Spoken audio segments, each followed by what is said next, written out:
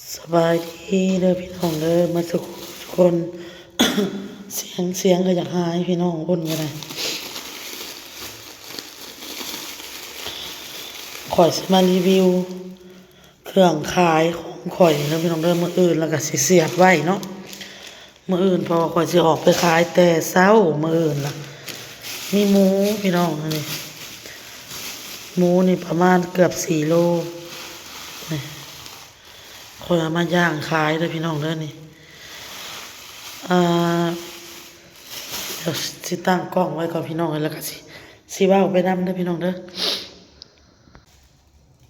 สบายดีพี่น้องมาสุขทุกคนเด้อพี่น้องเด้อ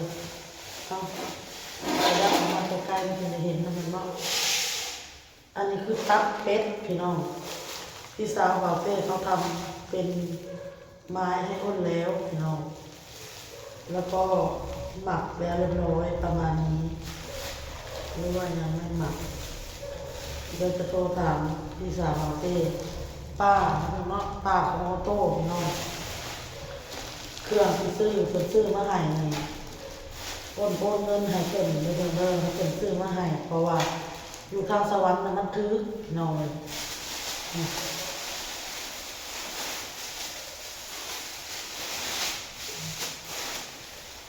อาบน้ำได้เรียบร้อยแล้วน้องข่อยมีเมนูน้ำนี่ของผมเนาะมีตับเป็ดตำเดี๋ยวสิลองเสียบขายเรื่องตับเป็ดพี่น้องแล้วก็สิมาเสียบลูกชิ้นเลี้ยงแล้วเรียบร้อยแล้วก็สิมาหั่นอันนี้เมี่ยงพี่น้องหั่นเป็นชิ้นเสียบปิ้งขายมื้ออื่นเนาะเครื่องนี้เป็นหยังพี่สาวบ่เต้จึงซื้อมาให้เด้อพี่น้องเด้อคือเมื่อวานนี่เนาะ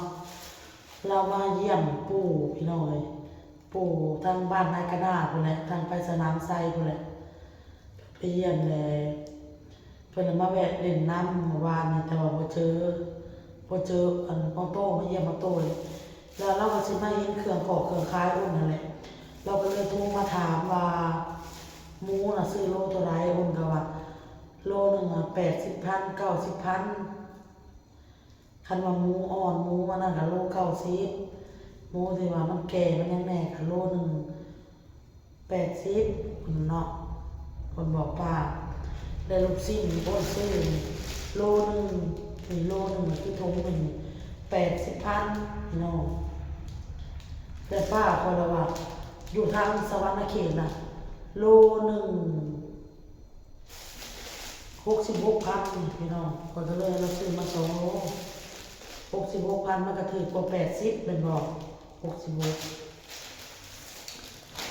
แต่ว่ารสชาติหรือว่าความแซ่บความนัวมันสิอ่าคือคันบ่นี่มันบ่คืออยู่แล้วเนาะเพราะว่าต้นที่อ้นซื้อมาขายนี่มันเขาสิใส่พริกไทยพี่น้องแต่อันนี้มันบ่มีพริกไทยแต่ก็สิลองขายเบิ่งพี่น้องแต่ว่ากับเป็นลูกชิ้นแซ่บคือกันเด้อพี่น้องเด้อลูกชิ้นงัว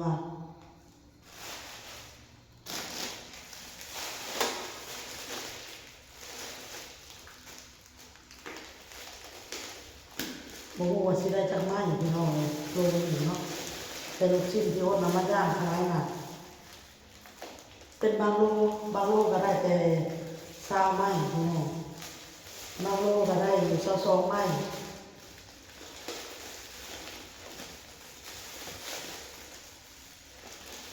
บางทีก็ได้23บางทีก็ได้24ไม้อ่า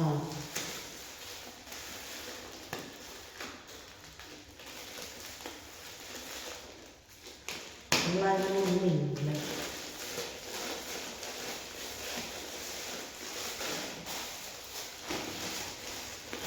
โตมาก็เลยว่า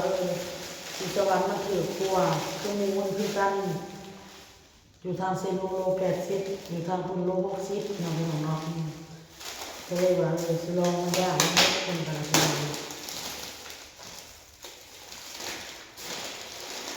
มันสิได้จังไม้เนาะมึงมันเด้อพี่น้องเด้อ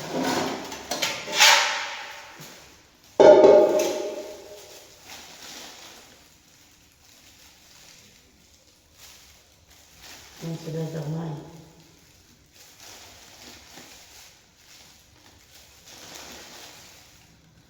คันว่าวคือเงินบาทพี่น้องคันว่าวคือเงินบาทอ่ะคือขอยซื้อโลนึง80 บาทขอยก็สิขายได้อยู่ประมาณ100ขอยก็ได้กำไรอยู่20 บาทหรือว่าขายได้อยู่ประมาณถ้ามันได้24ไม้เนาะ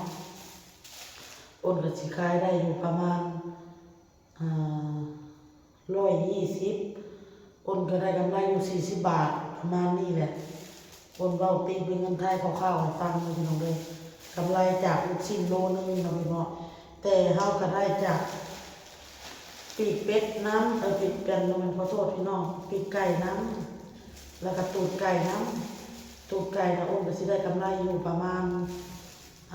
30,000คืออ้นซื้อถุงหนึ่ง40 บาทเนาะเอามาขายได้อยู่ประมาณ75 บาทตอนนี้อ้นก็ได้กำไรไป30 บาท35 บาทประมาณนี้มาพี่น้องเก็บเครื่องเก็บของเข้าตู้แล้วกันมาเห็นน้ำของขายอาบน้ำเรียบร้อยแล้วแต่เรามาเห็นน้ำของขายพี่น้องญาติมันเดินมามันสีหนาวญาติมันเวลาน้ำ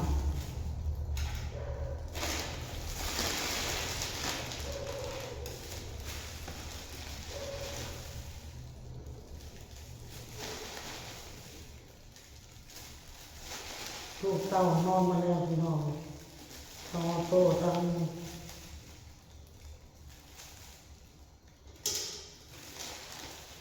อยู่สวรรค์มันถือคนก็เลยให้ป้าไปซื้อมาให้พี่น้องถามว่าได้ขายดีบ่ของมีโอนก็ซ่าถือโอนบ่ได้ประมาทคนที่สัญจรไปมาที่เพิ่นอุดหนุนเด้อพี่น้องเด้อก็ได้ขายอยู่มื้อนี้โอนได้ขายอยู่ประมาณ100 กว่าบาทนี่แหละโอนได้ขายมื้อนี้เนาะพี่น้องเนาะแบบบ่มีFC อุดหนุนผู้รักผู้ใหญ่บ่ได้อุดหนุนแบบนี้นะตามแล้วเขาขายคนสัญจรไปสัญจรมานะได้อยู่100 กว่าบาทสำหรับมื้อนี้พี่น้องมันก็เป็นบางมื้ออ้นขายได้อยู่200 กว่าบาท300 กว่าบาทก็มีเฉพาะคนสัญจรนะอะไรเป็นบางมื้อพี่น้องก็ขายดีกูมื้อคือสิรวยพี่น้อง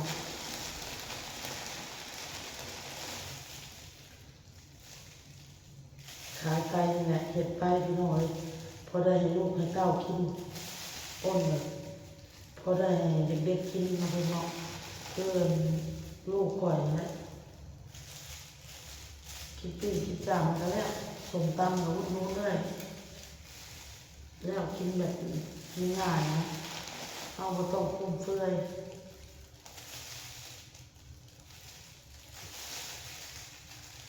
ถึงอนาคตเราขนาดวิทย์หนีวิทย์สิ้นแล้วเนาะทำเงินมีคำอนาคตพี่น้องมันส่งไปเองการที่เราสิฟุ่มเฟือยเราก็ต้องเบิ่งเราต้องคิดไกลตองดีก่อนสิเฮ็ดอีหยังบ่แม่นว่าเอานั้นเอาอันนี้มาแล้วตัวเองมีเงินใช้หรอกมีปัญญาอยู่หรอกบ่คิดไกลตองเรื่องบ่ได้พี่น้องต้องคิดดีๆเริ่มใหม่เริ่มต้นใหม่ยังบ่ตายถ้าบ่ตายก่อนเรื่องเนาะ FC เป็นให้กำลังใจอ้นหลายนะขอมุกขอบใจ FC มาทุกคนทุกคนเด้อที่เป็นห่วงใย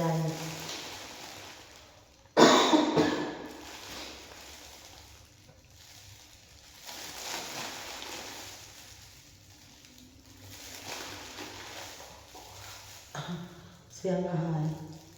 ครอบครัวแบบยังมันจะเกิดก็เกิดยังมันจะเป็นก็เป็นไม่น้อยอนาคตเขาก็สอบไปเอง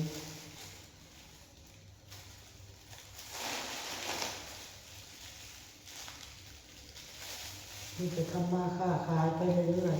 ๆจนฮอด ในที่สุดจนโหของซื้อมาก็มีแต่ลุกพอได้กินได้ฮอนเลยจะได้จะกินไปซื้อยาเก็บเสียเหงื่อเสียแห้งได้ไปที่เขาเครื่องกินหันที่นี่นะยาที่โอนขายพอมันก็จะเข้า2 เดือนนะพี่น้องลองเบิ่งกระเพาะกินนี่นะเบิ่งยังบ่ดีขึ้นแล้วก็ยาเนาะคันว่าเฮ็ดไปแล้วมันใครแน่ครอบครัวก็คือว่าดีขึ้นเฮ็ดทำมาค้าขายนะเอากับเฮ็ดไป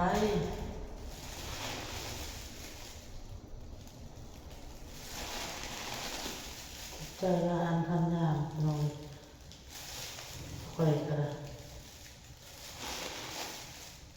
เป็นสิ่งหมู่เขาอกใจหมู่ที่ข้างเงินเฮาไหวเงินเฮาเขาอกใจพี่น้องบางทีเขาก็อยากได้เงินน้ำเขามาให้คนนี้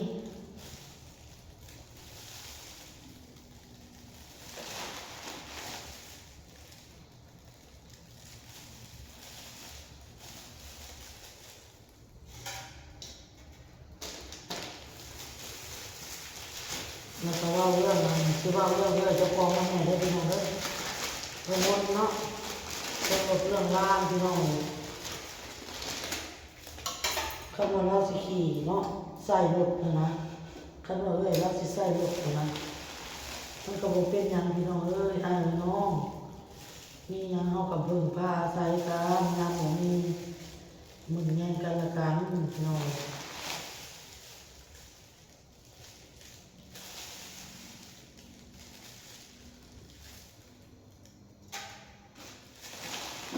ว่าบ่มีสิเหยียบย่ำกันโนสนโนแคร์เจ้าสิมีหรือบ่มีก็แล้วแต่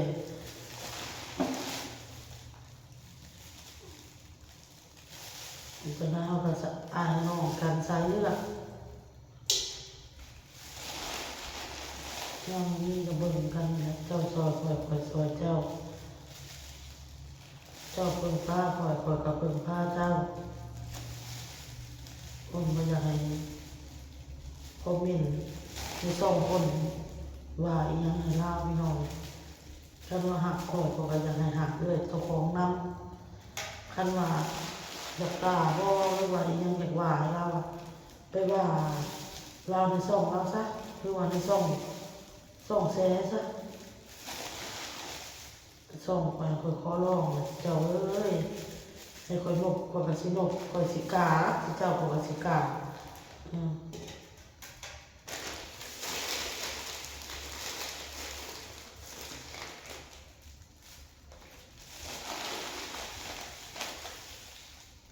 น้องนี่ก็เพิ่งพากันเบิ่งกันยามนี้แหละอ้ายน้องพี่น้องยามตกทุกข์ได้ยากนี่คนเฮาบ่ได้เบิ่งทางอื่นดอกเบิ่งบ่อื่นบ่ใกล้ดอกเบิ่งยามเฮาบ่มี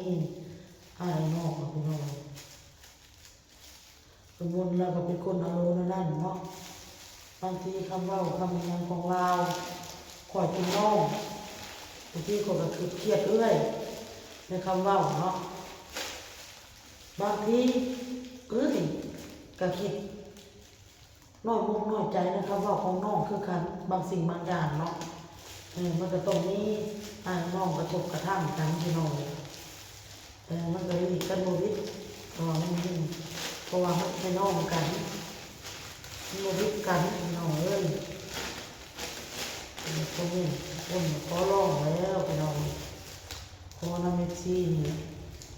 มาประตูทุกคนขอร้องแม่รู้ว่าการที่เขาเป็นยูทูบเบอร์เขาเป็นคนโซเชียลFCค่ะมีสิทธิ์ที่จะคอมเมนต์อะไรก็ได้แต่ว่าอันนี้คือขอน้ำคุณเจ้าขอในFCมันจุกคน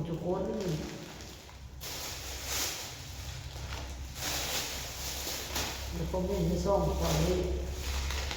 คอมเมนต์คือคอยแบบนี้แหละขอทำมาค้าขายคอมเมนต์โลดว่าโลด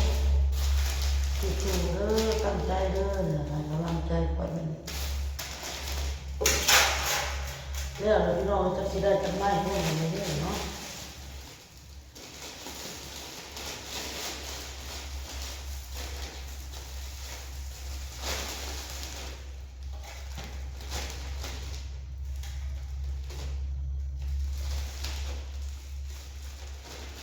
โอ้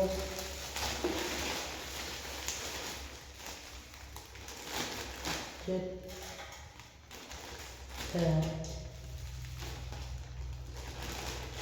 เก้าสิบเอ็ดสอง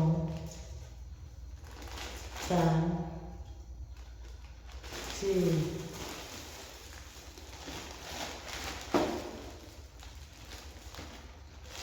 ห้า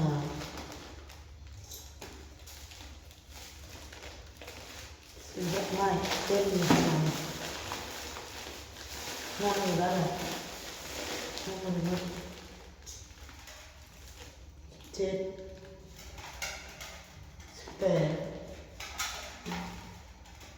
19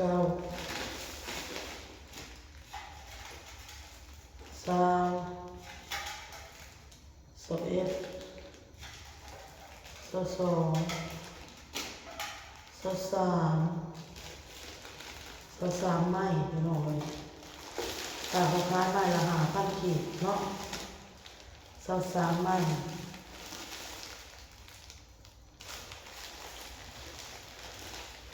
กระแสนหนึ่งเศร้าไม่กระแสนหนึ่งกระแสนก็15,000พี่น้องแสนก็15,000ก็จะได้กำไรอยู่34มาใส่49,000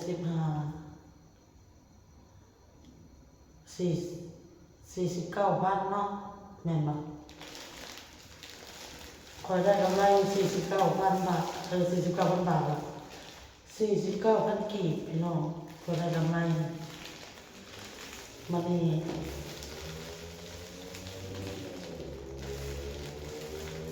แจวเข้าพักเข้าตะหากมันแต่กระยามันถ้าเอาตัวนั้นเอาตัวนี้มาเหมือนบ้ากันพี่น้องแต่ว่าเราไม่ได้เก็บเพื่อจบโลหนึ่งเราไม่ได้เก็บพี่น้องเก็บเอาโลหนึ่งก่อนทับมีตะปากในละเอียดเลยก็แล้วมันจะมีเรื่องเลยลองทำชุดก่อนเป็นงานไหวนะเมื่ออื่นนะคะล่างนอนเลยล่างนะคะ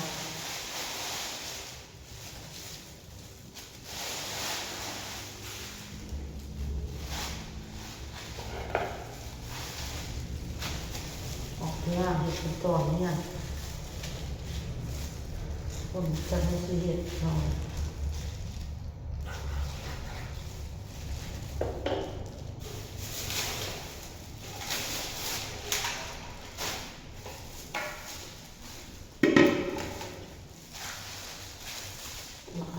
บางทีก็สี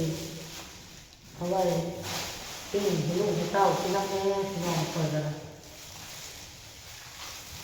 เอาไว้คั่วไว้พัดไว้ปิ้งไว้ย่างให้ลูกไว้ออกไว้เค็มน้ำแม่นะ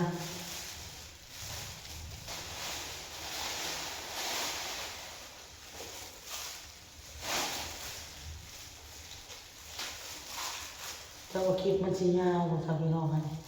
เจอแบบเดียวคลิปยาวมาแล้วอันนี้เก็บซีเบิ่งกับสีนาเบื่อเนี่ยคนก็จะไปก่อนก็พี่น้องเด้อคลิปนี้กันเลยพ่อคลิปหน้าพี่น้องเลยขอบคุณขอบใจซีมาจะพูดทุกคนเด้อลาพี่น้องสบายดีพี่น้องบ๊ายบาย